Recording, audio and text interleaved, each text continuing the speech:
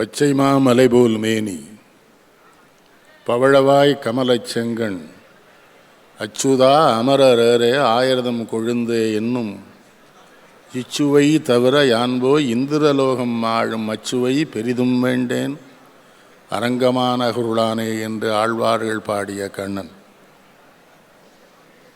பொங்கிய பார்க்கடல் பள்ளி கொள்வானை புணர்வதோர் ஆசையினால் என் கொங்கை கிளர்ந்து குமைந்து குதூகலித்து ஆவியை ஆகுலம் செய்யும் அங்குயிலே மறைந்தெனக்கென்ன உறவு ஆளியும் வெஞ்சங்கும் தங்கிய கையவனை வர கூறில் சாலத் தருமம் பெறுது.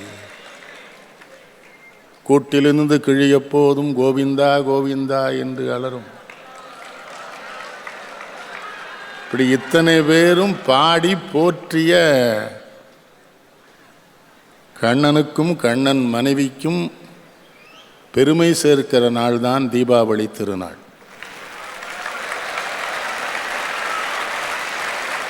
தமிழ்தான் பண்பாடுகளை உலகத்திலேயே முதலிலே கற்றுத்தந்த. மன வலிமை அதிகமுள்ளவர்கள் ஆண்களா பெண்களா என்று தலைப்பு. அப்படின்னா 2 நீதிபதியில் வச்சிருக்கணும், ஒரு ஆண் நீதிபதி ஒரு பெண் நீதிபதி வச்சிருக்கணும். இல்லை, எப்போதுமே கண்ணனோடு ஒரு நீதிபதி இருக்கிற வாய்ப்பு இல்லாமலேயே போய்விடுகிறது நான் ரொம்ப நாட்களாக உணர்கிறேன். அப்போ மனம் குறித்த சிந்தனை உலகத்தில் எப்போது வந்தது? 1954க்கு பிறகுதான் ஐரோப்பிய அறிஞர்கள்லாம் வர்றாங்க. சிக்மன் ஃப்ராய்டு அது இதுன்னு மன வலிமை, மனம்தான் எல்லாத்துக்கும் காரணம், மனம்தான் எல்லாத்துக்கும் அடிப்படைன்னு எப்போ சொன்னாங்க அவங்க மேலை நாட்டுக்காரர்கள் 54. ஆனால் 3000 ஆண்டுகளுக்கு முன்பே மனம்தான் எல்லாவற்றுக்கும் காரணம் என்று சொன்னவன் நம்முடைய தந்தை திருவள்ளுவன். அவன் தான் சொன்னான், மனம்தாண்டா எல்லாத்துக்கும் இல்லையா? அப்போ மனம் சார்ந்துதான் வாழ்க்கை, மனம் சார்ந்துதான் மனிதர்கள் வாழுகிறார்கள். மனிதர்கள் என்றால் ஆண்களும் பெண்களும் தானே வள்ளுவன் சொல்லுகிறான். அதான் மனம். நல்ல உங்களை பார்த்து, மாணவ செல்வங்களை பார்த்து ரொம்ப எனக்கு மகிழ்ச்சி. உங்கள் எல்லாருக்குமே நான் ஒன்று சொல்கிறேன் கேளுங்க, யாரும் தோற்று போக மாட்டீர்கள். இப்போ உங்களை யாராவது அவன் பெரிய ஆளாயிருவான் இவன் சின்ன ஆளாயிருவான்லாம் சொன்னாலாம் நம்பாதிய. 8ஆம் கிளாஸ் படித்த தாமஸ் ஆல்வா எடிசன் தான் அத்தனை கண்டுபிடிப்பு கண்டுபிடிச்சிட்டான். அப்போ மனம் என்றால் என்ன? இந்த பட்டிமன்றத்தில் வந்திருக்க பேராசிரியர்கிட்ட என்னுடைய கேள்வி, மனம்னா என்னன்னு முதல்ல சொல்லணும். அப்புறம் வலிமைன்னா என்னன்னு, அப்புறம் ஆண்கள்னா யார் பெண்கள்னா யாருன்னு சொல்லணும். எல்லாமே எனக்கு பதில் வேணும். இந்த வரியில் ஒவ்வொன்றுக்கும் நான் கேள்வி கேட்பேன். ரொம்ப வெளிப்படையாக சொன்னால் எல்லா நோய்களுக்கும் அடிப்படையே மனம். நிம்மதியாகவும் தெளிவாகவும் வாழ பழகிட்டோன்னு வைங்க நோயே. நான் மருத்துவர்கிட்ட போகிறதில்ல, எங்கள் ஊர் மருத்துவர்களுக்கு அது வருத்தம். நான் சொல்ல நான் நல்லா இருக்கேன், சந்தோஷமாக இருக்கேன், நான் வருத்தமே பட மாட்டேன், எது நடந்தாலும் சந்தோஷமாக இருக்கேன். இறைவன் கொடுத்தது தான் வாழ்க்கை என்கிற தெளிவு எனக்கு வருகிற பொழுது எது நடந்தாலும் அது இறைவன் தருவது தானே. நன்றாங்கால் நல்லவா காண்பவர் அந்தாங்கால் அல்லற்படுவதவன்கிறான் வள்ளுவன். உனக்கு நல்லது நடக்கும் போல மகிழ்ச்சியாக இருந்தேலடாங்கிறார் வள்ளுவர். ஆமசாமின்னா அவன் கெட்டது வந்தால் ஏன் அழுறேன்னாரு. என்னன்னு, அதை தந்தவன் தான் இதையும் தந்திருக்கான். அதை தரும்போது ரொம்ப நம்ம எப்போ சங்கடப்படுறோம் தெரியுமா? நல்லது நடந்தோன்னு ரொம்ப சந்தோஷமாயிடுறோமா, அதனால் ஏதாவது கேடு வந்தால் ரொம்ப துன்பப்படுறோம். அவர் என்ன சொல்கிறார் வள்ளுவர், நல்லது நடக்கும்போது ஒரே மாதிரி இருந்துட்டேன்னு வச்சுக்கோ, தீமை உன்னை துன்புறுத்தாது. ரெண்டாவது தீமையும் கிடையாது. இடும்பைக்கே இடும்பை படுப்பர், இடும்பைக்கே இடும்பை படாதவர். வள்ளுவர் ஒரு அருமையான குழல் சொல்கிறாரு, துன்பம் ரொம்ப தெளிஞ்சவனை துன்பம் ஒன்றும் பண்ணாதான். ஏன்னா அவன் துன்பத்தை துன்பப்படுத்திடுவானா, துன்பத்தை கேட்டால் அவன் பயப்பட மாட்டான். மாணவர்கிட்ட ஒன்று தான் கேட்க, நீ தமிழில் எது படிக்கிற? திருக்குறள் கட்டாயம் படிக்கணுங்க. திருக்குறள் படித்தது ஒன்றும் இல்லை தம்பி. வாழ்க்கையில் எப்போ சங்கடம் வந்தாலும் அவர்கிட்ட போய் எங்கள் அப்பா சொல்லுவாங்க, உனக்கு வாழ்க்கையில் ஏதாவது சந்தேகம் வந்தால் வள்ளுவன்ட்ட போய் ஒரு கேள்வியாக கேளவன் பதில் சொல்லுவான். நல்ல அணி வந்திருக்கோம். சுந்தரவல்லி மதுரையில் இருந்துட்டு இப்போ நீங்கள் சென்னையில் இருக்கா. அது மாதிரி பௌசியாபான்னு நான் வளர்த்த பிள்ளவா, புதுக்கோட்டை. வருவின்னு சொல்லானா உங்களுக்கு தெரியும், தமிழ்நாட்டில் மிக புகழுக்குரிய ஒரு சகோதரி. அது மாதிரி அவங்க இளங்கோ. இந்த கூட்டத்திலே கொஞ்சம் வயசான மாதிரி அவர் தானே தெரியுதார். இருக்கட்டும், அது ஒரு வகை இருக்கட்டும். அவன் லிவிங்ஸ்டன் என்னுடைய பிள்ளை, தேனிக்காரன். அவனே ஒரு தேனி தான், சுறுசுறுப்பாக இருப்பான். சாரோன் ஒரு நல்ல அருமையான பேச்சாளர். இவங்கெல்லாம் மன வலிமை மிக்கவர்கள் ஆண்களே என்று பேசுவதற்கு ஐயா இளங்கோ வருகிறார். வணக்கத்திற்குரிய பெரியோர்களே, சகோதர சகோதரிகளே, நல்ல தமிழ் பேசுவதற்கென்றே நாமகளால் படைக்கப்பட்ட நானிலத்தின் நல்ல தமிழ் பேச்சாளர், மகிழ்வுக்கும் நெகிழ்வுக்கும் உரிய எங்களது மரியாதைக்குரிய அண்ணன், ஏன்னா அவர் எங்கள் அண்ணனோட செட், அவர் மரியாதைக்குரிய அண்ணன் நெல்லை கண்ணன் அவர்களே. அவர் கொஞ்சம் வயசான மாதிரி இருக்கார், நான் சொன்னேன்ல, அதை எப்படி அடிக்கிறார் பாருங்க. அவர் எங்கள் அண்ணன் கூட படிச்சு வருங்கார் என்ன. எடாடாடாடாடா, இந்த தமிழ் புலவன்களோட நான் படுகிற சங்கடம். சரி சொல்லு. திரேதாயுகம் வேண்டாம், கிரேதாயுகம் வேண்டாம், துவாபராயுகமும் வேண்டாம், கலியுகமும் வேண்டாம். எங்களுக்கு தேவை புது யுகம்தான். சபாஷ் சபாஷ் சபாஷ் சபாஷ். எங்களுக்கு தேவை புது யுகம்தான். அது அடுத்த பட்டிமன்றத்துக்கும் கூப்பிட்டுருவாங்க, நீங்கள் ஒன்றும் கவலைப்பட.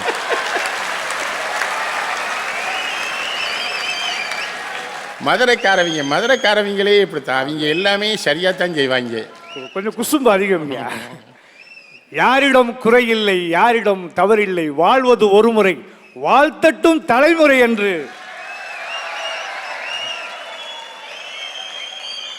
புதிய தலைமுறையினுடைய பொழிவுகளாக, நல்ல ஒரு வெளிப்பாடுகளாக இந்த அருமையான பட்டிமன்றத்தை கேட்டு ரசித்து கொண்டிருக்கின்ற பிள்ளையென நாளும் பேச வந்த கண்ணின் மணிகளே, அன்புக்குரிய குழந்தைகளே, உங்கள் அனைவருக்கும் என்னுடைய பணிவான வணக்கங்களை கனிவோடு சமர்ப்பிக்கிறேன். மனம்னா என்னன்னு ஐயா கேட்டார். மனம்னா ஒன்றும் இல்லைண்ணே, ஒரு காற்று தானே. அது ஒரு காற்று, இருதயத்தில் தோன்றுகிற ஒரு காற்று தான் அது. இந்த காற்று எப்படி உற்பத்தி ஆகுதுன்னா 5 விதமான சக்திகள் இருக்குது நமக்கு. அறிவு, நினைப்பு, கவனம், மனம், இந்த 4 சக்தி. ஆசைன்னு இன்னொரு சக்தி இருக்குது. இந்த அறிவு, நினைப்பு, கவனம், மனம், இந்த 4 சக்திகள் தகப்பனால் உருவாகுது. ஆசை மட்டும் அம்மாட்டிருந்து வருது. ஆசைங்கிற சக்தி மட்டும் அம்மாட்டிருந்து வருது. மனம் வந்து காற்று. அதனால தான் என்ன பண்ணா பாரதி அருமையாக பாடினா, இந்த காற்றை பிடிக்கணும். நாங்கள் சித்தர்கள் ஏற்றி இறக்கி இருகாலும் பூரிக்கும் காற்றை பிடிக்கும் கணக்கை அறியணும். நாங்கள் காற்றை நம்ம பிடிக்கவே முடியாது. அந்த கணக்கை அறிந்தவர்கள் சித்தர்கள் அப்படிங்கிறது ஒரு செய்தி இருக்கு. மனம்ங்கிறது வாயு சம்பந்தப்பட்டது, அது ஓரிடத்துல நிற்காது. அந்த மனதை நிலைநிறுத்துறது தான் பெரிய விஷயம், அதுதான் வலிமைனா. பொதுவாகவே வந்து ஆண்களுக்கு மன வலிமை, பெண்களுக்கு மன வலிமை. அன்னை அருமையாக கேட்டார், முதல்ல ஆண்னா யாரு, பெண்ணா யாருன்னு சொல்லார். ஒவ்வொரு ஆணுக்குள்ளும் ஒரு பெண் இருக்கிறாள், ஒவ்வொரு ஆணுக்குள்ளும் ஒரு பெண் இருக்கிறாள், ஒவ்வொரு பெண்ணுக்குள்ளும் ஒரு ஆண் இருக்கிறார். ஞாபகம் வச்சுங்க, ஒவ்வொரு ஆணுக்குள்ளேயும் ஒரு பெண் இருக்கிறான், ஒவ்வொரு பெண்ணுக்குள்ளேயும் ஒரு ஆண் இருக்கிறான். அதான் அண்ணன் சூட்சமாக கேட்டார். நான் எதையோ தயார் பண்ணிட்டு வந்தேன், அண்ணன் போட்டு உடைச்சிட்டார். ஒவ்வொரு சீக்குள்ளேயும் ஒரு ஹீ இருக்கிறான், ஒவ்வொரு சீக்குள்ளேயும் ஒரு ஹீ தான் இருக்கிறான், ஒவ்வொரு உமனுக்குள்ளேயும் ஒரு மென்னு தான் இருக்கான்.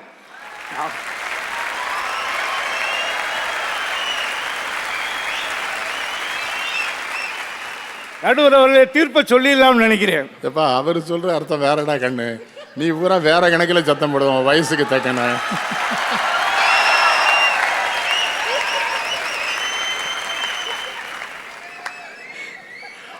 அவங்க தம்பிங்க வந்து நல்ல பசங்க, அவங்க மன வலிமை அதிகமானவங்க.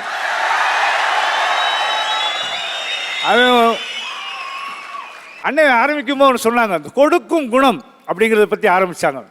அவை பிராட்டி அருமையாக சொன்னான்.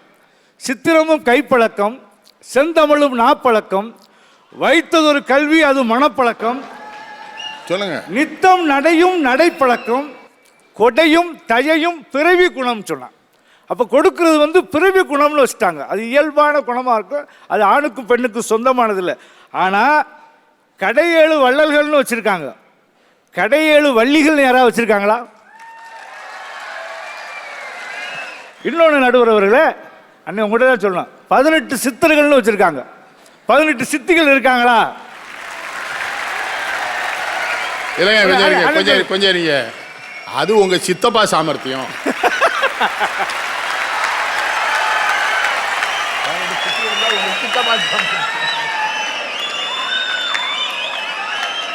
அடுத்து 12 ஆழ்வார்கள் இருக்காங்க, 12 ஆழ்வார்கள் இருக்கிறாங்க, அருமையாக பாடினாங்க.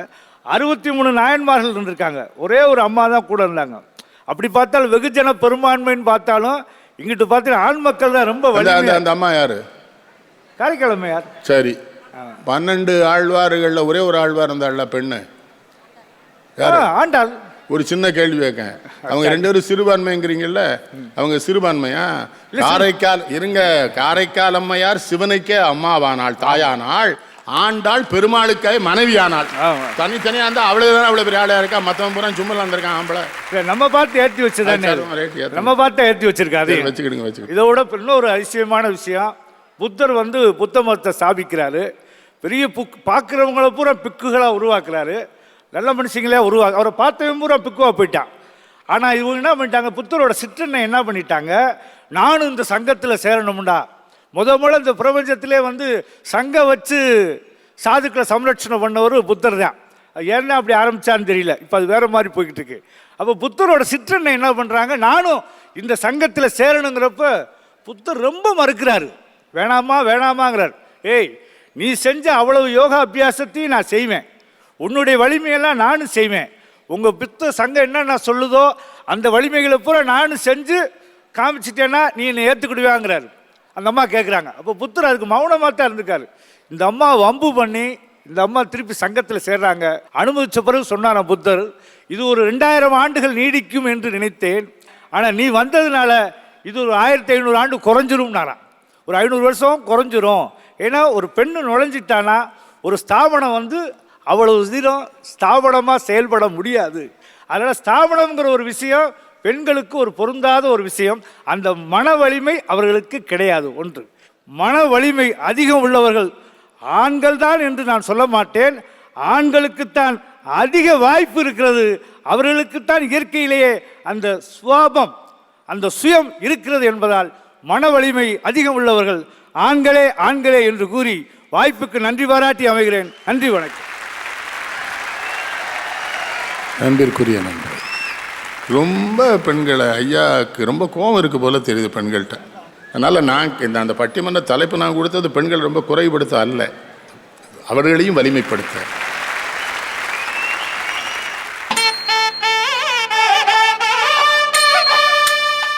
இப்பொழுது பெண்கள் தான் மன வலிமை அதிகம் உடையவர்கள்ங்கிற அணிக்கு என் அன்பு மகள் சுந்தரவடி. நல்லதோர் வீணை செய்தே அதை நலங்கெட புழுதியில் எரிவதுண்டோ, சொல்லடி சிவசக்தி என்னை சுடர்மிகும் அறிவுடன் படைத்து விட்டாய், வல்லமைதாராயோ இந்த மாநிலம் பயனுற வாழ்வதற்கே.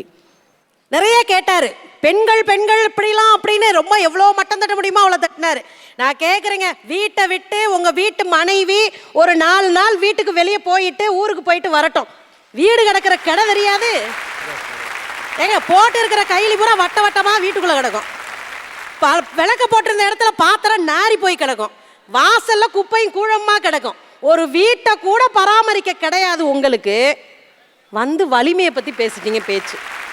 நான் கேட்கிறேன் நடுவர் அவர்களை, நீங்க ஆரம்பிச்சு வச்சீங்க தாமஸ் ஆல்வா எடிசனை பத்தி.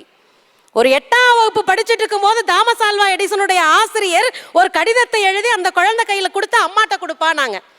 உடனே அந்த குழந்தை அந்த கடிதத்தை வாங்கிக்கிட்டு அம்மா கிட்ட போய் கொடுத்தான். அதை பிரிச்சு படிக்கும் போது ஆசிரியர் எழுதியிருந்தாரு, என்னங்க உங்க பிள்ளை படிக்கவே மாட்டான், எதை சொல்லி கொடுத்தாலும் மண்டையில ஏற மாட்டேங்குது, இந்த குழந்தைய வச்சுட்டு எங்களால கஷ்டப்பட முடியாது, தயவு செய்து உங்க குழந்தைய வீட்டுல வச்சுக்கோங்கன்னு அந்த கடிதத்துல எழுதி கொடுத்துட்டான். உடனே அந்த கடிதத்தை பார்த்த அம்மா என்ன பண்ணாங்க, என் குழந்தைய நீங்க குற்றம் சொல்றீங்க, நான் பாத்துக்கிறேன் என் குழந்தைய என் வீட்டுல உட்கார வச்சு அவனுக்கு எதெல்லாம் படிக்கணும்னு ஆசைப்படுறானோ அந்த புத்தகங்கள் எல்லாம் அந்த குழந்தைய வாசிக்க வச்சான். கிட்டத்தட்ட 100கணக்கான கண்டுபிடிப்புகளை கண்டுபிடித்த ஒரு மிகப்பெரிய விஞ்ஞானியாக அந்த குழந்தை வளர்றதுக்கு அவங்க அம்மா போட்ட அடிவரம் ஒரு காரணம் இல்லையா? கேட்டாரே, நாங்கெல்லாம் யானையை குதிரையாக்கணும், குதிரையை கழுதையாக்கணும், நாங்கெல்லாம் உங்களெல்லாம் மனுஷனா வச்சிருக்கோம், ஆம்பளைங்க இன்னைக்கு மனுஷனா வச்சிருக்கிறதே நாங்க தான். அவர் கேட்டாரு, நாங்க தான் சாமி கும்பிடுறோம், 12 பேர்ல ஒருத்தி தான் பொம்பளை. நான் என்ன கேட்கிறேன்னா, திலகவதியார்னு ஒரு அம்மா படிச்சிருப்பீங்க. தர்மசேனர்ன்ற பேர்ல நீங்க போய் சமண சமயத்தை தழுவிக்கொண்டு நீங்க சமணனாக மிக வைராக்கியமான சமணனாக வாழ்ந்து கொண்டிருந்த போது ஒரு குடல் நோயை கொண்டு வந்து கொடுத்த போது அந்த குடல் நோய்க்கு மருந்தாக திருநீரை இட்டு அவரை சைவ சமயத்திற்கு திலகவதி மாற்றவில்லை என்றால் அப்பர் அப்பர் அப்பர் என்ற ஒருத்தர் இருந்திருக்கவே மாட்டாரு சைவ சமய வரலாற்றுல. முதல்ல கொண்டு வந்ததே பொம்பளை, ஞாபகம் வச்சுக்கணும். அதே மாதிரிதான் நான் மதுரைக்காரி இல்லையா, ஒரு சின்ன பையன் ஞானசம்பந்தன் சின்ன பையன் ஞானசம்பந்தன். அவரை நம்பி இவ்வளோ பெரிய சாம்ராஜ்யத்துல எல்லாரும் சமணர்களாக இருக்கிற அரசன் முதற்கொண்டு சமணர்களாக இருக்கிற சாம்ராஜ்யத்துல ஒரு குழந்தையை நம்பி கூட்டு வந்து சைவ சமயத்திற்கு மாற்றி விடலாம் என்ற மனத்தின்மைதான் சைவ சமய நாடாக மதுரையை மாற்றி இருக்கிறது என்றால் அது இருக்கிற பாருங்க மங்கையர்க்கரசியாருடைய மன வலிமை காரணம் இல்லையாப்பா. நான் பேசினா பேசிக்கிட்டே போவேன். ஆமா, நிறைய சொன்னாங்க. இல்ல அவங்களும் போயிருவாங்க. ஏன்பா இடையில நடுவர் அவர்களே, ஆண்களுடைய விளையாட்டை பத்தி ரொம்ப சொல்லணும். ஃபுல்லா மேட்சை ஃபிக்ஸ் பண்ணிடுவாங்க. நீங்க தான் இடத்துல தொடங்கும் போது எங்களுக்கு எடுத்து கொடுத்தீங்க. எவன் பாலை பிடிக்கணும், எவன் பால்ல அவுட் ஆகணும், எல்லாத்தையும் ஃபிக்ஸ் பண்ணி வைக்கிறது பூரா ஆம்பளைங்க. ஆனா எங்க பொம்பளை பிள்ளைங்க 140 கிலோ வெயிட்ட தூக்கி இந்தியாவுக்கு தங்கத்தை வாங்கிட்டு வந்து கொடுத்துச்சு. மன வலிமை பத்தி எங்ககிட்டே பேசுறீங்களா நீங்க? நான் கேட்கிறேன், வைராக்கியத்தை பத்தி நீங்க யாருக்கிட்ட கேட்குறீங்க? அம்மா தவறி பெண் தவறி போனா அந்த கணவன் மறுநாளே புது மாப்பிள்ளை ஆயிடுவாரு. ஆனா அப்பா தவறி போயிட்டாருன்னு வச்சுக்கோங்க, 2 குழந்தை இருக்கு அப்படின்னா ஊர் என்ன சொல்லும்? இந்த பிள்ளைகளுக்காகவே நீ கல்யாணம் பண்ணாம வளர்க்கணும் தாயின்னு அந்த பிள்ளைய வச்சிருவாங்க.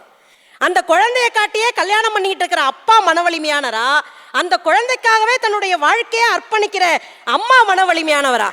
ஒரே ஒரு விஷயத்தை நான் சொல்லிட்டு முடிக்கிறேன். நான் மதுரைக்காரி, வரலாறு நிறைய சொன்னாரு. எங்க ஊரு பக்கத்துல தான் வீரமங்கை வேலுநாச்சியார். இந்திய விடுதலை போராட்ட வரலாற்றிலே எந்த ஒரு பெண்ணும் சாதிக்க முடியாததை, ஏன் எந்த ஆணும் சாதிக்க முடியாததை வீரமங்கை வேலுநாச்சி சாதிச்சாங்க. 8 ஆண்டுகால தலைமறைவு வாழ்க்கைக்கு பின்பு படைகளை திரட்டி ஆங்கிலேயனை அடித்து வென்று ஜெயித்து தன்னுடைய சொந்த நாட்டை மீட்ட ஒரே ஒரு ராணி வீரமங்கை வேலுநாச்சியார் தாங்க.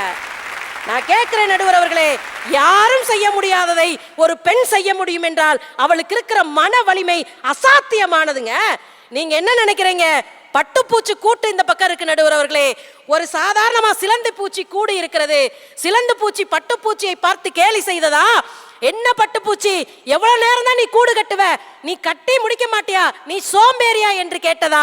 அப்பொழுது பட்டுப்பூச்சி சிலந்தியை பார்த்து சொன்னதா, உன்னுடைய கூடு யாருக்கும் பயனற்ற கூடு, ஆனால் என்னுடைய கூடு பயனுடைய கூடு. என் உயிர் போனாலும் இந்த பட்டு நூல் மற்றவர்களுக்கு பயனுடையதாக இருக்கும் என்கிற காரணத்தினால நான் மெதுவா கட்டுவேன், ஆனா வைராக்கியத்தோடு சாவேன்னு சொன்னதா. நான் ஒரே ஒரு விஷயத்தை பதிவு செய்கிறேன். ஆண்களுடைய மன வலிமை என்பது சிலந்தி பூச்சி கட்டுகிற கூட்டை போன்றது, பெண்களுடைய மன வலிமை என்பது பட்டுப்பூச்சி கட்டுகிற கூட்டை போன்றது. நடுவர் அவர்களே, வைராக்கியமும் அவமானமும் தோல்வியும் சந்தித்துக் கொண்டே இருக்கிற பெண்களிடம்தான் மன வலிமை அதிகமாக இருக்கும்.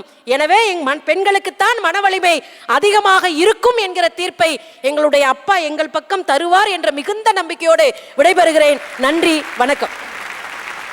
ரொம்ப நல்ல பேசினடா, ரொம்ப நல்லா. ஆனால் அந்த வீரமங்கை வேலுநாச்சியார் சொல்லும்போது நீ இன்னொரு செய்தி சொல்வேன்னு எதிர்பார்த்தேன். அது வேறு 5 மொழி தெரியும் அந்த அம்மாவுக்கு, அதெல்லாம் வேற. அவருடைய கணவனை கொன்ற அந்த வெள்ளை அதிகாரி இருக்கிறானே, அவனை தேடி அவர் கையாலேயே கொன்றார். ரொம்ப அருமை, ரொம்ப அருமையாக பேசினேன்.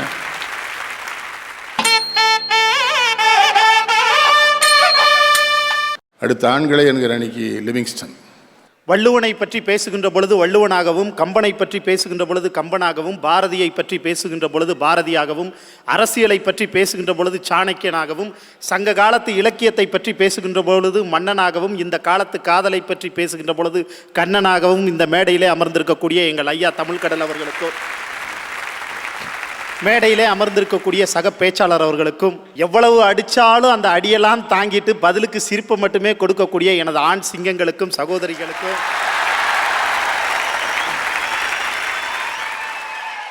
புதுயுகம் தொலைக்காட்சியின் வாயிலாக இனிய. கொஞ்சம் இருடா, அவன் என்ன சொன்னான்னு தெரியுதா உங்களுக்கு? எவ்வளவு அடித்தாலும்னு உங்களை சொன்னான். அடிபடுவியே நீங்கன்னு அவன் கிண்டல் அடித்தான், அது உங்களுக்கு புரியல. சரி, பேசுங்க. புதுயுகம் தொலைக்காட்சியின் வாயிலாக இனிய தீபாவளி நல்வாழ்த்துக்களை தெரிவித்துக் கொள்கிறேன். அக்கா, நானும் மதுரைக்காரன் தான். ஆமா, எங்களை மாதிரி பசங்கள்லாம் பார்த்தா பிடிக்காது, பார்க்கத்தான் பிடிக்கும். யதார்த்தத்தை பாருங்க. யாரு கூட வாழ்ந்தா நம்மளுடைய வாழ்க்கை நல்லா இருக்கும்னு யோசிக்கிறது பொண்ணுங்களோட மனசு. ஆனா அவ யாரு கூட வாழ்ந்தாலும் நல்லா இருந்துட்டு போட்டுமேனு வாழ்த்துறது பசங்களோட மனசு.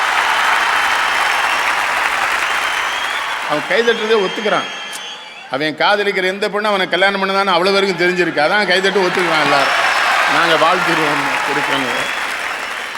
ஆணும் பெண்ணும் காதலிக்கிறாங்கன்னு நினச்சிக்கோங்களேன். காதலிக்கிறப்ப இந்த பசங்களுக்கும் பொண்ணுங்களுக்கும் இடையில சண்டை வந்துருச்சுன்னா நம்மால் போய் ஃப்ரெண்டுகிட்ட சொல்லுவான், இனிமேல் அவள் சங்காத்தமே வேணாம்னு இருக்கேன், அவள் கூட நான் சண்டை போட்டேன், இனிமேல் எனக்கு அவள் செட் ஆகுது இல்லை மாப்பிள அப்படிம்பான்.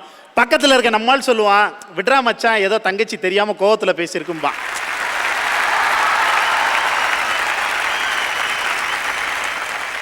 இதேது பொண்ணுங்க அவங்களோட ஃப்ரெண்டுகிட்ட போய் சொல்லிச்சுன்னா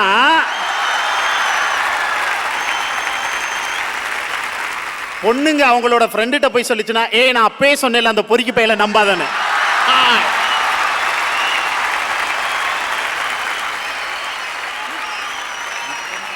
யதார்த்தத்தை பாருங்களேன்.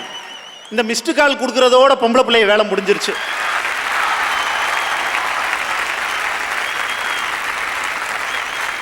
மிஸ்டு கால் கொடுக்கறதோட இந்த பொம்பளை பிள்ளைய வேலை முடிஞ்சிருச்சு.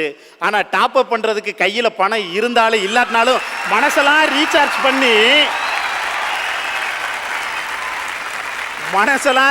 பண்ணி அந்த பிள்ளை மனசு கஷ்டப்படக்கூடாதுங்கிறதுக்காக கடனை உடனே வாங்கி இவன் டாப் அப் பண்ணியே இவன் டாப்பு கலந்து போயிருது. நடுவர் அவர்களே, இன்னொன்று அக்கா மூச்சு விடாம பேசுனீங்க, பெண்களுக்கு தான் அவ்வளவு பிரச்சனை இருக்கு, ஆண்களுக்கு அவ்வளவு பிரச்சனை இல்லைன்னு. நான் மூச்சு விடாம எங்களுடைய பிரச்சனையை சொல்லவா? அப்பா அம்மா கஷ்டப்பட்டு டொனேஷன் கட்டி எல்கேஜில இருந்து 10வது வரைக்கும் ஃபெயில் ஆகாம படிச்சு 10வதுல ஈஸியான குரூப் எல்லாம் விட்டு இந்த குரூப் எடுத்தா தான் இன்ஜினியர் ஆக முடியுங்கிறதுக்காக கஷ்டமான குரூப் எடுத்து பிசிக்ஸுக்கு ஒரு டியூஷன், கெமிஸ்ட்ரிக்கு ஒரு டியூஷன், மேக்ஸுக்கு ஒரு டியூஷன் வச்சு அதுக்கு ஃபீஸ் கட்டுறதுக்கு பெற்றவங்களை ரோடா அலைய வச்சு பப்ளிக் எக்ஸாமில் நைட்டெல்லாம் பாஸ் ஆகணுங்கிறதுக்காக ஃப்ளாஸ்கில் டீ வச்சு படித்து காலையில் 5 மணிக்கு எந்திரிச்சு அலாரம் வச்சு படித்து இதில் வாங்குற மார்க்கெல்லாம் பத்தாதுன்னு தனியாக டிஎன்பிசி எக்ஸாமுக்கு 2 மாதம் உட்காந்து படித்து அதில் வாங்குற கட் ஆஃப் மார்க் யூஸ்லெஸ்ஸாக போய் அம்மா நகையை அடகு வச்சு காலேஜில் சீட்டு வாங்கி காலேஜில் ஃபஸ்ட் இயர்லேருந்து 4th இயர் வரைக்கும் வச்ச அரியர்லாம் 4th இயரில் மொத்தமாக கிளியர் பண்ணி இந்த சொசைட்டிக்கு உள்ள நுழைஞ்சா வேலை இல்லைன்னு இந்த சொசைட்டி எங்களை செருப்பால அடிச்சு வேலை தேடி ரோடா அலைய வச்சு 3 வருஷம் 4 வருஷம் வீட்டில் தெண்டமா உட்காந்து அப்பா எங்களை பார்த்து தண்டச்சோறு திட்டி சாப்பிட்ற ஒவ்வொரு சாப்பாடு தொண்டைக்குள்ள சிக்கி வலிச்சு உள்ள போய் கடைசியில் எவனோ ஒரு புண்ணியவான் கொடுக்குற வேலையை தக்க வச்சு இந்த சமுதாயத்தில் எங்களையும் மனுஷனா அடையாளம் காட்டுறதுக்கு நாங்கள் படுற பாடு இருக்கே, கேட்டால் நாய் கூட ரத்த கண்ணீர் வடிக்கும்.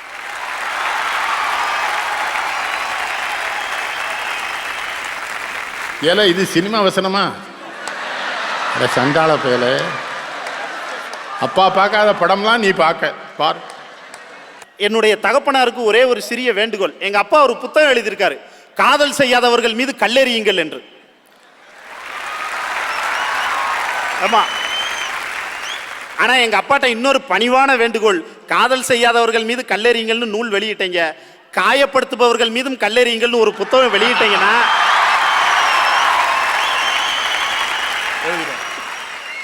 வீரத்திற்கு மட்டுமல்ல அகிம்சைக்கு கூட மன வலிமையோடு போராடிய ஒரு உத்தமன் தான் மகாத்மா காந்தியடிகள். நாங்கள் வேலையில்லா பட்டதாரியாக தெரிந்தாலும் சுற்றி இருக்கக்கூடிய நண்பர்கள் எல்லோருமே எங்களை தீயா வேலை செய்யணும் குமார்னு வந்து உற்சாகப்படுத்தி கொண்டுதான் இருக்கின்றார்கள்.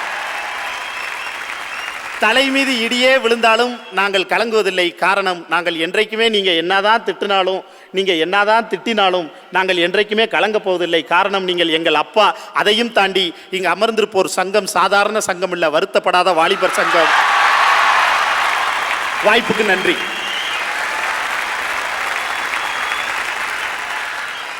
அவன் உங்களை எவ்வளவு ஏமாத்தினான்னு உங்க யாருக்குமே தெரியல. திரும்ப உங்களை வருத்தப்படாத வாலிபர் சங்கம்னு சொன்னான்னு என்ன அர்த்தம்? பெத்த தாய் தப்பனுக்கு ஒழுக்கமாக இல்லாமல் கொடுத்த திட்ட செலவழிச்சிட்டு கண்ட பொம்பளை பிள்ளைலாம் அணைஞ்சிக்கிட்டு அதே சோழி அலைஞ்சு இவனெல்லாம் வீணாக போகிறவன்னு அவன் சொல்லி அவன் எவ்வளோ சாமர்த்தியமாக உங்களை ஏமாத்துறான் போகிறான். சினிமா வசனம் பேசிட்டு ரொம்ப மகிழ்ச்சி. அடுத்து பதில் சொல்ல பௌசியா பானு வருகிறார். இந்த வயதிலும் இளைஞர்களை வார்த்தைகளால் மயங்கச் செய்யும் மந்திர வித்தை கற்ற மதிப்பிற்குரிய நடுவரையா அவர்களே, என்னோடு பேச வந்திருக்கும் சக பேச்சாளர்களே, நல்லது எது கெட்டது எது என்பதை பகுத்து ஆராயக்கூடிய மாணவ செல்வங்களே, உங்கள் அத்தனை பேருக்கும் தீபாவளி திருநாள் வாழ்த்துக்களை சொல்லி என்னுடைய உரையை தொடங்குகிறேன். கொஞ்ச நேரத்துக்கு முன்னாடி யார் பெத்த பிள்ளையோ இப்படி புலம்பிட்டு போச்சு. வலியை பற்றி பேசினாரே தவிர வலிமையை பற்றி பேசினாரா? என்னோட கேள்வி அதான். இன்னொன்னு, கருவில் இருக்கக்கூடிய குழந்தை பெண் குழந்தையா இருக்குன்னு வச்சுக்கோங்களேன், அது வெளியில வர்றதுக்குள்ள உயிரோட வெளியில வர்றதுக்குள்ள எத்தனை கொடுமை தெரியுமா? 10 வயசு குழந்தைக்கு பாலியல் கொடுமை, 10 வயது பெண் குழந்தைக்கு பாலியல் கொடுமை, 20 வயது பெண் குழந்தைக்கு காதல் கொடுமை, 30 வயது. சரி, இதெல்லாம் பிரச்சனை. படிக்கவே வேணான்னு வீட்டில் இருந்தா வீட்டில் கொடுமை, படிச்சுட்டு வேலைக்கு போன அலுவலகத்திலையும் கொடுமை. அழகில்லாத பெண்ணுக்கு அத்தனையும் கொடுமை, அழகான பெண்ணுக்கு 1000 கொடுமை. என்ன கொடுமை சார் இது?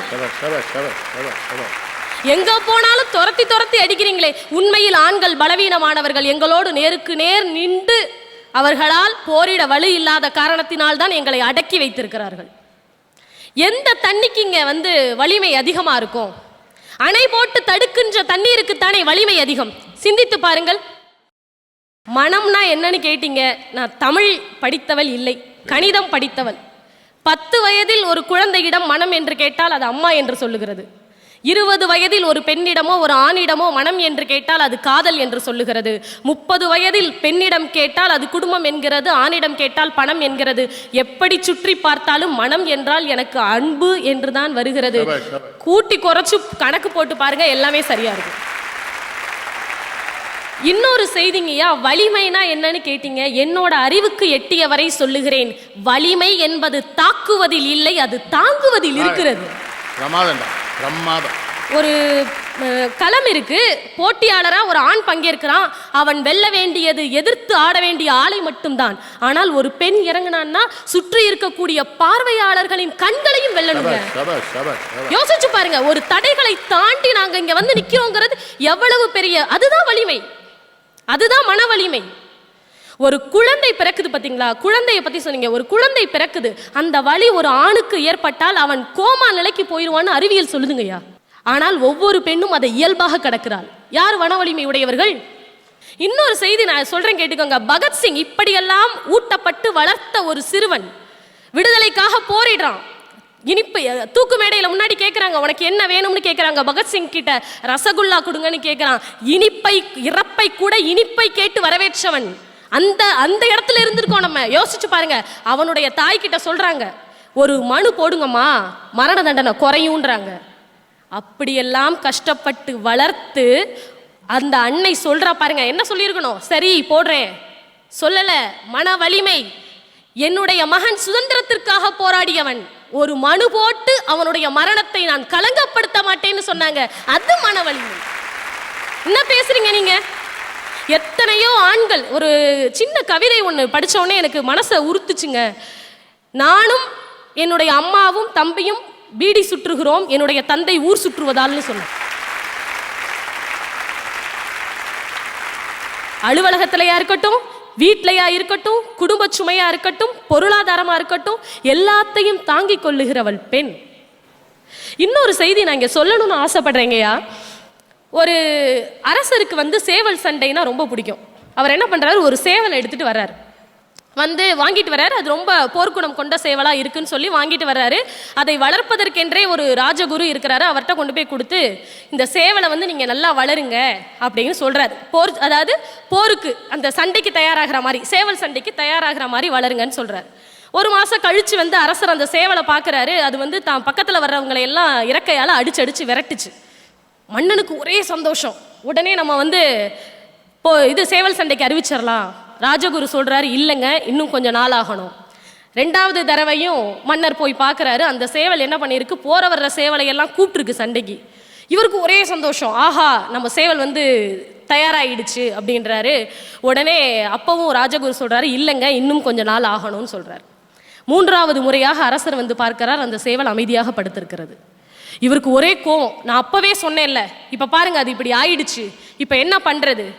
ராஜகுரு சொல்லுகிறார், இப்போது நீங்கள் சேவல் சண்டைக்கு அறிவிப்பு செய்யுங்கள். ஏன் என்று கேட்டார். முதல் தடவையாக அது அடித்து விரட்டிய போது நமக்கிட்ட பலம் இல்லைங்கிற பயம் இருந்தது, பயத்தினால விரட்டுச்சு. ரெண்டாவது தடவையா என்ன பண்ணுச்சுன்னா தனக்கிட்ட பலம் இருக்கா இல்லையான்னு சோதிச்சு பார்த்துச்சு. இப்ப முழு மன வலிமையோடு யார் வந்தாலும் வெற்றி பெறுவோம்ங்கிற இருமார்ப்போடு அது படுத்திருக்கிறது. நாங்கள் சேவல்கள் அதனால் கொக்கரிப்பதில்லை.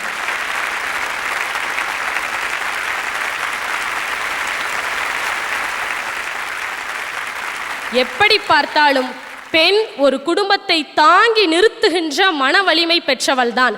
கண்ணீர் பத்தி சொன்னாங்க. ஐயா, எங்கேயாவது நீரால நெருப்பு உண்டாகுமான்னு கேட்டீங்கன்னா உண்டாகாதுன்னு தான் சொல்லுவோம். ஆனால் கண்ணகி விட்ட கண்ணீர் மதுரையை நெருப்பை உண்டாக்கியது. கண்ணகி விட்ட கண்ணீர் மதுரையில் நெருப்பை உண்டாக்கியதுங்க. அவளுடைய கண்ணீர் கோலத்தை பார்த்து தான் அரசன் பயந்ததா இளங்கோவடிகள் சொல்றாரு. இன்னொன்று, ஐயா எனக்கு சொல்லி கொடுத்தவங்க இப்படிதான் சொல்லி கொடுத்தாங்க. யானோ அரசன் யானே கல்வன் சொல்லியிருக்கான் மன்னன். நான் அதை இப்படித்தான் எடுத்துக்கொண்டேன். யான் நோ அரசன், இனிமே யான் தான் ஏ கல்வன். ஏன்னா யார் சரியா பார்த்தாங்கிற சரியா எதுன்றத முடிவு பண்ணாதவன். இப்படி வரலாற்று காலம் தொடங்கி இந்த காலம் வரையில் அடக்கி வைக்கப்பட்டிருக்கின்ற பெண்களுக்குத்தான் மனவலிமை அதிகம் என்று சொல்லி தில்லையாடி வெள்ளியம்மை முதல் தற்கொலைப்படை தீவிரவாதி குயிலி தொடங்கி இன்று இருக்கக்கூடிய பௌசியாபானு வரை நாங்கள் மனவலிமை மிக்கவர்கள் தான் என்று சொல்லி வாய்ப்புக்கு நன்றி சொல்லி விடைபெறுகிறேன். நன்றி, வணக்கம். ரொம்ப மனம் நெகிழ்ந்து போயிருக்கிறேன். நான் வளர்த்த பிள்ளை எப்படி படிச்சிருக்கா, எப்படி பேசுறா பாரு.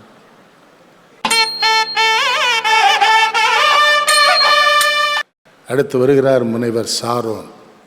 செய்யும் தொழிலே தெய்வம், அந்த திறமைதான் நமது செல்வம், கையும் காலும் நமக்குதவி, கொண்ட கடமைதான் நமக்கு பதவி என்று சொன்ன பட்டுக்கோட்டை கல்யாண சுந்தரத்தின் வார்த்தையை முன்வைத்து நடுவர் உள்ளிட்ட அவையில் குழுமியிருக்கின்ற அனைத்து சான்றோர்களுக்கும் புதுயுகம் தொலைக்காட்சியின் வழியே இந்த நன்னாளில் ஒரு சிந்தனைக்காக தொலைக்காட்சியின் முன்னால் அமர்ந்திருக்கின்ற அனைத்து தமிழ் உறவுகளுக்கும் என் அன்பார்ந்த வணக்கத்தை தெரிவித்துக் கொண்டு தொடங்குகிறேன்.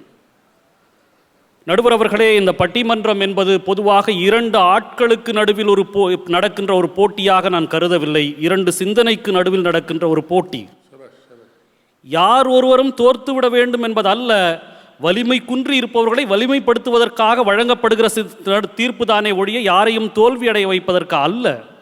நான் இப்பொழுது பெண் இல்லாத வீட்டிலோ அல்லது பெண்ணின் வழி இல்லாமலோ நான் அவதரித்தவன் அல்ல. பெண்கள் இருக்கின்ற பெண்களோடு வாழ்ந்து பெண்ணின் வழியே பிறந்து வளர்ந்து வந்து நிற்கிறேன். எனக்கு சில சிந்தனைகளை இந்த மன்றத்தில் வைக்க வேண்டும். நடுவர் அவர்களே, ஒரே ஒன்றுதான், பெண்கள் வலிமையானவர்கள். நமக்கு தெரியும், இந்திய தத்துவ ஞானி ராகுல சாங்கிருத்தியாயன் எழுதிய ஒரு நூல், வால்கா முதல் கங்கை வரை என்கிற ஒரு நூல். அந்த நூல் சொல்கிறது, கிமு 5000 ஆண்டுகளுக்கு முன்பு இந்த சமூகத்தை, மனித குழுவை வழிநடத்தியவள் பெண் என்று சொல்லுகிறது. பெண் வழி நடத்தினாள். பெண்தான் இனக்குழுவுக்கு தலைவியாக இருந்தாள். அப்படி இருந்த பெண் பின்னாளில் புறச்சூழல்களால் தன்னுடைய வலிமையை மறந்து வலிமையற்றவளாக மாறி போய் விடுகிறாள். நான் ஒரு உதாரணம் சொல்லுகிறேன் நடுவர் அவர்களே. 10வது தேர்வு முடிவு வருது. நிறைய மாணவிகள் தேர்ச்சி பெறுறாங்க. 12ஆம் வகுப்பு தேர்வு முடிவு வருகிறது. நிறைய மாணவிகள் தேர்ச்சி பெறுகிறார்கள். கல்லூரிக்கு வந்த பிறகு அந்த மாணவிகள் எங்கே போகிறார்கள் என்றே தெரிவதில்லை. மற்றொரு முக்கியமான செய்தி, இந்த மாணவர்கள் கல்லூரியில் போனாலும் சரி, வேலைக்கு போனாலும் சரி, இவர்கள் கடக்கின்ற மன வலிமை என்பது மிகவும் அழுத்தமானது. நடுவர் அவர்களே, எல்லா இடத்துலையும் சாதி கேட்குறான். எல்லா இடத்துலையும் சாதி கேட்குறான். அந்த சாதியை அவன் கடக்க வேண்டியிருக்கிறது. சாதியை தைரியமாக சொல்லக்கூடிய சூழல் இந்த சமூகத்தில் வர வேண்டும் என்று சொன்னால் ஏற்றத்தாழ்வு இல்லாத சாதி நிலை இருந்தால் மாத்திரமே சாத்தியம். அப்படி இல்லாமல் இருக்கின்ற பொழுது இந்த மாணவர்கள் என்ன சொல்றதுன்னு தெரியாமல் நிற்கிறான். ஒவ்வொரு இடத்துலையும் அவன் ஜெயிச்சிட்டான்னா அந்த வெற்றி அந்த மாணவனுடைய வெற்றியாக பார்க்கப்படுவதில்லை. அந்த வெற்றி ஒரு குறிப்பிட்ட சாதியை சார்ந்தவனாக பார்க்கப்படுகிறது. இன்றைக்கு கலைத்துறை முதற்கொண்டு கல்வி முதற்கொண்டு எல்லா துறைகளிலும் சாதியை கடந்து ஒரு இளைஞன், ஒரு ஆண் வரவேண்டி இருக்கிறது. இந்த மனவலிமையை நாம் என்னவென்று சொல்வது என்று நான் யோசித்து பார்க்கிறேன். பெண்களுக்கு இடத்துல நான் கவனிக்கிற ஒரே ஒரு விஷயம், ஒரு பர்ஸ் ஒன்று வச்சிருக்காங்க. அந்த பர்ஸை அடிக்கடி திறந்து பார்த்துக்கிறாங்க. அது பேர் மணி பர்ஸ்ன்னு சொல்றாங்க. திறந்து பார்த்துக்கிறாங்க. திறக்கும் போது நான் ஒரு நாள் ஒரு பர்ஸ் வந்து வாங்கி பார்த்தேன், என்னோட தோழியோட பர்ஸ் வாங்கி பார்த்தேன். திறந்த உடனே ஒரு கண்ணாடி இருக்குது. நான் இவ்வளோ நாளாக நினச்சிருந்தேன் திறந்து பணம் இருக்குதான்னு பார்க்குறான்னு நினச்சிட்டு இருந்தேன். திறந்து கண்ணாடியில் முகத்தை பார்த்துட்டு இருந்திருக்கிறேன். அதுக்கு அடுத்தபடியாக அந்த பர்ஸுக்குள்ளே என்ன இருக்குதுன்னா, அழகு க்ரீம் இருக்குது, லிப்ஸ்டிக் இருக்குது, கண்மை இருக்குது. இதை கடந்து அந்த பர்ஸில் காசே இல்லை. ஆனால் அந்த காசுக்கு மணி பர்ஸ்ன்னு பேர். இதை நான் குறையாக சொல்லவில்லை. பெண்களே, நீங்கள் உங்களுடைய தோற்றத்தை, உங்களுடைய அழகை அடுத்தவர்கள் தீர்மானிக்க வேண்டும் என்று நினைக்க கூடாது. நினைக்கின்ற இடத்தில் உங்கள் பலத்தை நீங்கள் இழந்து எப்பொழுது உங்கள் வலிமை உங்களிடத்தில் இருக்கிறதோ, உங்கள் புற அடையாளத்தை யாரோ ஒரு ஆண் தீர்மானிக்க வேண்டும் என்று நினைக்கின்ற இடத்திலே நாம் வலிமையற்றவர்களாக மாறி போய் விடுகிறோம். அதைத்தான் இந்த ஆண் வர்க்கம் வலிமையாக ஏற்றுக்கொள்கிறது என்பதை நான் சொல்லுகிறேன். அந்த இடங்களில் பெண்கள் வலிமையற்றவர்களாக இருக்கிறார்கள். நிறைய நண்பர்களே, நிறைய.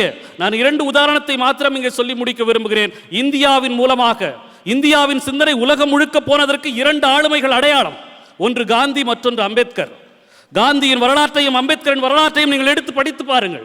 காந்தி மதுரைக்கு வராரு. மதுரைக்கு வந்த காந்தி கோமணம் கட்டிட்டு இருக்கிறவன பார்க்குறாரு. நாளையிலேருந்து நான் இப்படி தாண்டா இருப்பேன்னு நினைக்கிறார். நாளையிலிருந்து என்னுடைய தோற்றம் இதுதான் என்று காந்தி நினைக்கிறார். நண்பர்களே, நாம் பார்க்கின்ற மேலாடை அணிந்து கொண்டிருக்கிற காந்தி அல்ல. அந்த இரவு போய் காந்தி உறங்குகிறார். மறுநாள் காலையில் எல்லோரும் எழுந்து வருகிறார்கள். காந்தி தன் அறையிலிருந்து எழுந்து வருகிறார். கதவை திறந்தால் காந்தி கீழே ஒரு கோவணத்தோடு வெற்றுடம்பாக வெளியே வருகிறார். வெளியே வந்த காந்தியை பார்த்து உடனிருந்தவர்கள் சொல்லுகிறார்கள், காந்தி, இது சரியாக இருக்காது, நீங்கள் மேலே ஒரு துண்டாகிலும் போட்டுக் கொள்ளுங்கள் என்று அதற்கு பிறகு கொடுக்கப்பட்டது. எல்லோரும் சிரிக்கிறார்கள். இந்த வலிமை எந்த தேசத்திற்கு போனாலும் இந்த உடையை மாற்றிக்கொள்ள மாட்டேன் என்று காந்தி இருந்தாரே, அந்த சிந்தனை தான் உலகம் முழுக்க காந்தியை ஏற்றுக்கொள்ள வைத்தது. திருக்குறளை எப்படி ஏற்றுக்கொண்டதோ அதே போல காந்தியத்தை இந்த உலகம் ஏற்றுக்கொண்டு இன்றைக்கும் காந்திக்கு உலக நாடுகளிலே சிலை வைத்திருக்கிறார்கள் என்று சொன்னால் காந்தியின் எவ்வளவு பெரிய மன வலிமையாக. ஏன்னா காந்தி வேட்டி சட்டை கட்டினவங்கிட்ட போய் நிற்கவே இல்லை, கோட்டு சூட்டை போட்டவங்கிட்ட போய் நிற்கிறார். கோட்டு சூட்டு போட்டவனோட நின்று பேசுறார். வெளிநாடுகளுக்கு இன்றைக்கு விமானத்தில் ஏற்ற முடியாது என்று சொல்கிற நாடுகளுக்கெல்லாம் தன் உடையிலே போனாரே, எப்படி ஒரு தீர்மானத்தை எடுத்து அந்த தீர்மானத்தில் உறுதியாக இருந்தார் என்பதை நாம் யோசிக்க வேண்டும். மற்றொரு ஆளுமை அம்பேத்கர். அம்பேத்கரின் வரலாற்றை நீங்கள் படியுங்கள். மாணவர்களே, நாம் கைத்தட்டுகிறோம். நாம் யாரையோ தூக்கி தலையில் வைத்துக் கொள்கிறோம். இன்குலாப் ஒரு கவிதையிலே சொல்வார், எவன் தோள் மீது கை போட்டு செல்லவும் நான் தயார், ஆனால் எவனும் என் தோளில் ஏறி சவாரி செய்வதை நான் அனுமதிக்க மாட்டேன் என்று சொன்னாரே, அதுதான் ஒவ்வொரு மாணவனின் சிந்தனையாக இருக்க வேண்டும். இன்றைக்கு சினிமா சொல்லுகிற வசனம் அல்ல, வாழ்க்கையை வாசியுங்கள். அம்பேத்கர் என்கிற சிந்தனையாளன் எந்த நிலையில் இருந்தான்? அவன் படிக்கின்ற பள்ளிக்கூடத்திலே அவன் அந்த வகுப்பறைக்கு வெளியில ஒரு கோணிப்பை போட்டு உட்கார வைக்கிறாங்க. அந்த வகுப்பறையில் அவன் பதில் சொன்னான்னா எச்சில் மேலே தெரிக்கணும். அம்பேத்கர் கிட்ட கேள்வியே கேட்கறதில்ல. பிச்சை புகினும் கற்கை நன்றே என்றா அவ்வை சொன்னாலே, அதை பிச்சை எடுத்து வாழ்ந்ததினால் தான் இன்றைக்கு உலகத்தில் இயேசுநாதரின் சிலுவைக்கு அடுத்து அதிகமான சிலைகள் இந்த உலகத்தில் ஒரு மனிதனுக்கு இருக்கிறது என்றால் அது அம்பேத்கர் அவர்களுக்கு தான். கடந்த நூற்றாண்டினுடைய சிறந்த சிந்தனையாளர், உலக சிந்தனையாளர்கள் யார் என்ற ஒரு போட்டியிலே 2 பேர் இறுதியாக வந்தார்கள். ஒருவர் காரல் மார்க்ஸ், மற்றொருவர் அம்பேத்கர். அந்த 2 பேரில் யார் சிந்தனையாளர்கள் என்று கேட்டபொழுது அண்ணல் அம்பேத்கர் தான் 20ஆம் நூற்றாண்டின் மிகச்சிறந்த சிந்தனையாளராக தேர்ந்தெடுக்கப்பட்டிருக்கிறார் என்பதற்கு பின்னால் அம்பேத்கரினுடைய மன வலிமையை நீங்கள் யோசிக்க வேண்டும். அவன் நடந்து போன அந்த வண்டியை கீழே தள்ளிவிட்டு கோமியத்தை தெளித்து அந்த வண்டியை புனிதப்படுத்துகிறார்கள். அம்பேத்கர் படிப்பதற்காக உதவி வாங்கி கொண்டு மற்றொரு இடத்திலே போய் படிக்கிறார். உதவியை நிறுத்தி விடுகிறார்கள். போன இடத்திலே அம்பேத்கருக்கு இடம் கொடுக்கவில்லை. எல்லா இடத்திலும் அம்பேத்கரின் சாதி அவரை விரட்டி கொண்டே இருக்கிறது. இந்த நிலையிலும் துவண்டு போகாமல் வாழ்ந்து இந்த சமூகத்தில் இந்த தலைமுறைகள் தலைநிமிர வேண்டும் என்று நின்ற அம்பேத்கரினுடைய மன வலிமை தான் ஆண்களுக்கான மன வலிமையினுடைய அடையாளமாக நான் இந்த மன்றத்திலே வைக்க விரும்புகிறேன். இந்த மன வலிமை இருக்க வேண்டும் என்பதுதான் இந்த தீபாவளியினுடைய செய்தியாக இருக்க முடியும். ஒரு குடும்ப தலைவனாக இருக்கணும் எவ்வளவு சிக்கல் இருக்குது. ஒரு குடும்பத்தை நடத்துவது எவ்வளவு பெரிய சவால். இன்றைக்கு நாம் கல்லூரியில் அமர்ந்து கொண்டிருக்கிறோமே, உங்கள் தந்தையின் மன வலிமையை நீங்கள் கொஞ்சம் யோசித்து பாருங்கள். அது மிகப்பெரியது. அந்த மன வலிமைக்கு முன்னால் வேறு ஒன்றுமே இல்லை. அந்த மன வலிமை இருப்பதனால் தான் நாம் கல்லூரி படியை மெரித்திருக்கிறோம் என்பதை மறந்து போய்விடக் கூடாது. நடுவர் அவர்களே, என்னுடைய வாதம் இன்றைக்கு மன வலிமை என்பது பெண்களுக்கு அதிகமாக இருந்தது. பெண்கள் புறச்சூழலால் அதை தனக்குள்ளாகவே புதைத்துக் கொண்டார்கள். அதிகமான மன வலிமை உள்ளவர்களாக ஆண்களே இருக்கிறார்கள் என்று கூறி வாய்ப்பிற்கு நன்றி கூறி விடைபெறுகிறேன். நன்றி, வணக்கம். ரொம்ப நாளைக்கு அப்புறம் மேடையில் காந்தியை பற்றி பேசுகிற ஒரு ஆள் இன்னைக்கு தான் பார்த்தேன்.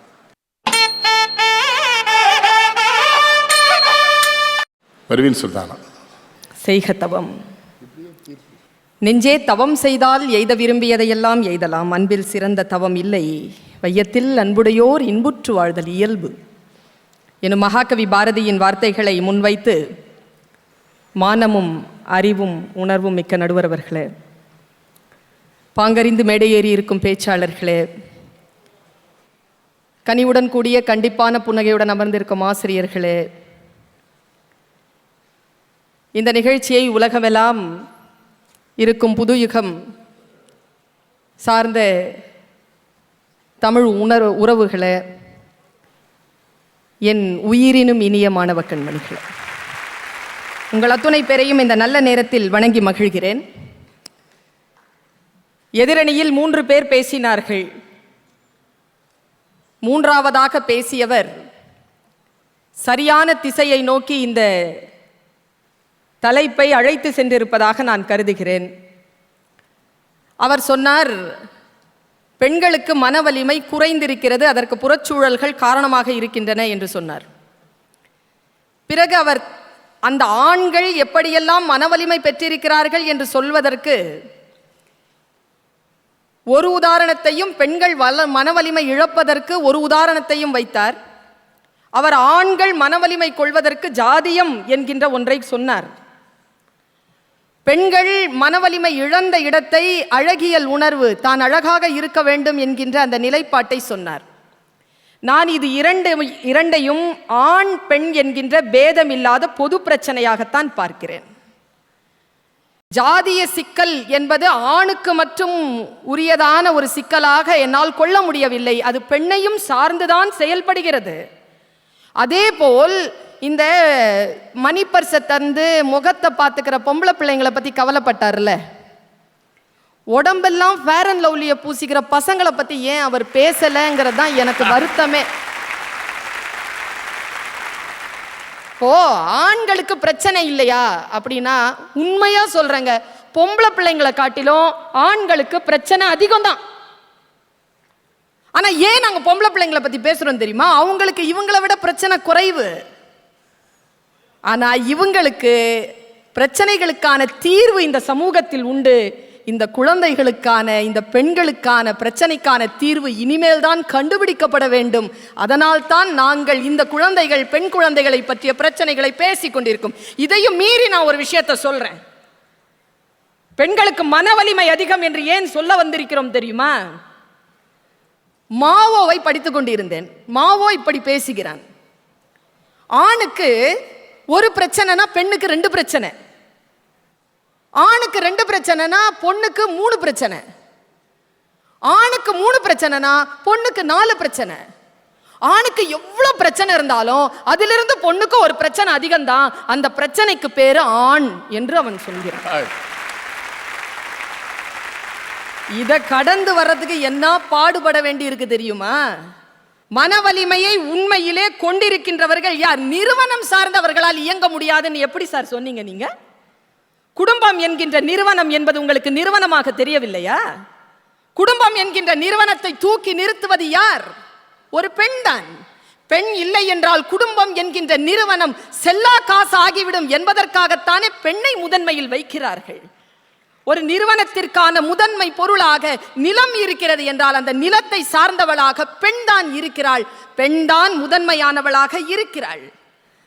வலிமை அப்படிங்கிறது பெண்ணில் நிறைய விஷயங்கள்ல சொல்லலாம். வள்ளுவனை விட வேறு யார் சொல்ல முடியும்?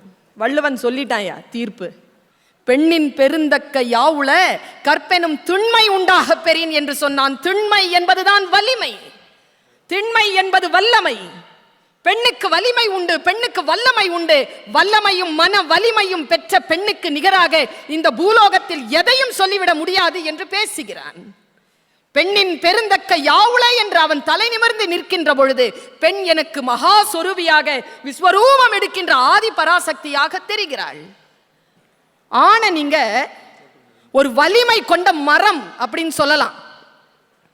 ஆண் என்பவன் வலிமை கொண்ட மரம். பெண் எப்படி தெரியுமா? அவன் மென்மையான புல்லுங்க. ஆண் மரம், பெண் புல். உண்மைதான். ஆனால் எது தெரியுமா வலிமை? மரமாக இருப்பதல்ல வலிமை. புல்லாக வாழ்வதுதான் வலிமை. ஏன் தெரியுமா? ஆற்றங்கரை ஓரத்திலே அசைந்து நிற்கும் நாணலது காற்றடித்தால் சாய்வதில்லை, கனிந்த மனம் வீழ்வதில்லை. புயலுக்கு மரம் சாயும், புயலுக்கு புல் சாயாது. சாயாமல் இருக்க கூடிய வல்லமை இருக்கிறதே, அந்த வல்லமை என்பது பெண்ணிற்கு மட்டும்தான் சாத்தியம். ஐயா சொன்னீங்களே, காந்தியடிகள் அரை நிர்வாணியாக பக்கிரியாக வெளியில் வந்தார் என்று. அதுக்கு வேர் தந்தது எந்த நிகழ்வு தெரியுமா? நான் யோசித்து பார்க்கிறேன். அவர் இளமையில் இருக்கின்ற பொழுது, சவுத் ஆப்பிரிக்காவில் அவர் இருக்கின்ற பொழுது, அவரோடு மண்ணோடு மண்ணாக வெறும் தரையிலே மிகப்பெரிய புரட்சிகரமான குரல் எழுப்பி கூட நடந்தாள் ஒரு சிறுமி. அவள் பெயர் தில்லையாடி வள்ளியம்மை. நான் ஒன்னு சொல்றேங்க உங்க எல்லாருக்குமே, ஆணுக்கு ஒரு பிரச்சனை, புறம் சார்ந்த ஆணுக்கு ஒரு பிரச்சனை வருது, பெண்ணுக்கு ஒரு பிரச்சனை இருக்குன்னா ரெண்டுத்திலையுமே அதிகமா பாதிப்படைகிறது யார் தெரியுமா? பெண் தாங்க. ஏன்னா ஆணுக்கு உடம்புல உயிர் மட்டும் தாங்க போகும், ஆனா பெண்ணுக்கு மானமும் சேர்ந்து போகும். இந்த இரண்டு நிலையிலே அவள் உறுதியாக நிற்க வேண்டும். அந்த நேரத்தில் அவள் உறுதியாக நின்றாள். அரெஸ்ட் பண்ணிச்சிங்க கவர்மெண்ட், கொண்டு போய் சேர்க்கிறாங்க. 17 வயசுங்க அந்த பொண்ணுக்கு. 1 வருஷம் சிறையில் இருக்கிறாள். கிழிந்த நாராக கொண்டு வந்து போடுகிறார்கள். தன் குடிசையினுடைய வெளியில் வாசப்படியில் கிடக்கிறாள் அந்த பெண். மகாத்மா காந்தியடிகள் பார்க்க வருகிறார். பார்க்க வருகின்ற பொழுது அந்த பெண் சொன்ன வார்த்தை என்ன தெரியுமா? தமிழச்சிங்க அவ சொன்ன வார்த்தை என்ன தெரியுமா? மிஸ்டர் காந்தி, என் உடலிலே உயிர் தங்குமா என்று தெரியாது, ஆனால் நீங்கள் உங்களுடைய போராட்டத்தை நடத்தி கொண்டிருங்கள். நான் செத்து போனாலும் என் ஆன்மா உங்களோடு பயணிக்கும் என்று சொல்லிக்கொண்டு 2 நாட்களில் செத்து போனவள் தில்லையாடி வள்ளியம்மை. 12 வயதுங்க அவளுக்கு. போராட்டம் நடக்கின்ற பொழுது நான் சொல்லுகிறேன், காந்தியடிகள் உடலில் இருந்து அந்த ஆடையை பீத்து எறிந்ததற்கு அடிப்படையில் அவருடைய குருதியில் ஓட வைத்த அந்த மான உணர்வுக்கு விதை போட்டவள் தில்லையாடி வள்ளியம்மை தான். மனவலிமை கொண்ட பெண்ணிற்கு அவள் ஒரு சாட்சி. ஆனால் உங்களால் என்ன செய்ய முடியும் தெரியுமா? அந்த தில்லையாடி வள்ளியம்மையை என்ன செய்ய முடியும் தெரியுமா? ஆண்களால், தில்லையாடி வள்ளியம்மா தில்லிருந்தா வாடியம்மா, திருட்டுத்தனம் பண்ணலாமா, தில்லாலங்கடி ஆடலாமா என்று கவிதை தான் எழுத முடியுமே தவிர பெண்களுக்கான ஆதரவான ஒரு விஷயத்திற்காக உங்களிடம் நாங்கள் எதையுமே எதிர்பார்க்கவே முடியாது. தாயாக இருப்பது எவ்வளவு பெரிய வல்லமை தெரியுமா? தந்தையாக இருப்பதில் வல்லமை தேவை கிடையாது, தாயாக இருப்பதில் வல்லமை தேவைப்படுகிறது. வல்லமை என்பது பொறுமை, வல்லமை என்பது கருணை. ஒரு குழந்தையை பெற்றெடுத்தாலே அவ சாமிங்க. எல்லா தெய்வங்களும் அந்த கருவறையில் தான் இருக்கும். அந்த கருவறையே இந்த தெய்வத்திற்குள் தான் இருக்கும். தாய் ரொம்ப உயர்ந்தவள், தாய் ரொம்ப உயர்ந்தவள். ஒரு குழந்தைய பெற்றெடுத்தாலே அவ சாமி. அவ ஒரு குழந்தையும் பெற்றெடுக்கல. ஒரு குழந்தையை பெற்றெடுத்தால் தாயாகத்தான் இருந்திருப்பாள். அவள் கருணை உற்றாளுங்க. அவள் கருவுறல, கருணை உற்றாள். அதனால் தான் அன்னை தெரேசாவாக இன்றைக்கும் நம் அத்துணை பேருக்கும் தாயாக நிற்கிறாள். அவள் கருவுறவும் செய்வாள், அவளால் கருணை உறவும் முடியும். பொறுமையில் சிறந்த பூமியும் உண்டு, பூமியை விஞ்சும் தாய்மனம் உண்டு. கோவிலில் ஒன்று, குடும்பத்தில் ஒன்று, கருணையும் தாய்மையும் கடவுளும் ஒன்று. எங்களுக்கான வலியை நான் சொல்லுகிறேன். எப்படி எப்பவுமே ஃப்ரெஷ்ஷாக இருக்கிற மடிசாயும் கணவன், ஸ்மார்ட், நல்லது. பிஸ்னஸ் வாங்கிட்டீங்களே, பாராட்டும் மேனேஜர். மவராசி, உன் மூஞ்சிக்காகத்தான் வேலைக்கே வரேன், சிலாகிக்கும் வேலைக்காரி. இத்தனை சமர்த்தும் அடிபட்டு போகிறது. வேலையிலிருந்து வீடு திரும்புகின்ற பொழுது என்னிடம் வர மறுக்கும், ஆயாவிடம் இருந்து வர மறுக்கும் என் பிள்ளையிடம். இந்த வலியை நீங்க எங்கன்னு போய் சொல்றது? எல்லாவற்றையும் இழக்கிறோமே, அன்பை, ஆதரவை, பாதுகாப்பை எல்லாவற்றையும் தானே இழக்கிறோம். இழந்தும் கூட இந்த குடும்பத்திற்காக நான் யாரை கைப்பிடித்திருக்கிறேனோ அந்த மனிதனுக்காக எல்லா விஷயங்களையும் கொடுத்தும் கூட நன்றி இல்லாமல் இருக்கக்கூடிய, மறுதலிப்பே வாழ்க்கையாக இருக்கக்கூடிய அந்த நிலையிலும் கூட புல் போல சாயாமல் மறுபடியும் காற்று தீர்ந்தவுடன் நிமிர்ந்து நிற்க தெரிகின்ற அந்த புல்தான் சாய்ந்து கிடக்கக்கூடிய இந்த மரத்தை விட மிக மிக வலிமையானது. அந்த மன வலிமை கொண்டவர்கள் பெண்கள்தான் என்று தீர்ப்பு கொடுத்தால் உங்களுக்கும் நலம், நாட்டிற்கும் நலம், தீபத் திருநாளில் எல்லோருக்கும் நலம் உண்டாகும் என்று சொல்லி வாய்ப்பளித்தமைக்கு நன்றி பாராட்டி விடைபெறுகிறேன். நன்றி, வணக்கம்.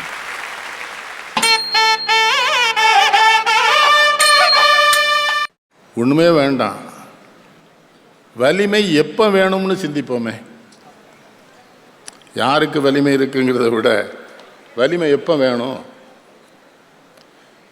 நீங்கள் எல்லாரும் காந்தியடியில் சொன்னார் சாரம், ஆனால் காந்தியடியில் சொன்னார், முதலில் பயந்து நின்ற கஸ்தூரிபாய் எதிர்காலத்தில் அவள்தான் எனக்கு வழிகாட்டியாக இருந்தாள் சுதந்திர போராட்டத்தில், நான் இல்லைன்னார். இப்போ ஆண் பெண் 2 பேரும் வச்சுக்கோங்க, வலிமையாக இருக்குது.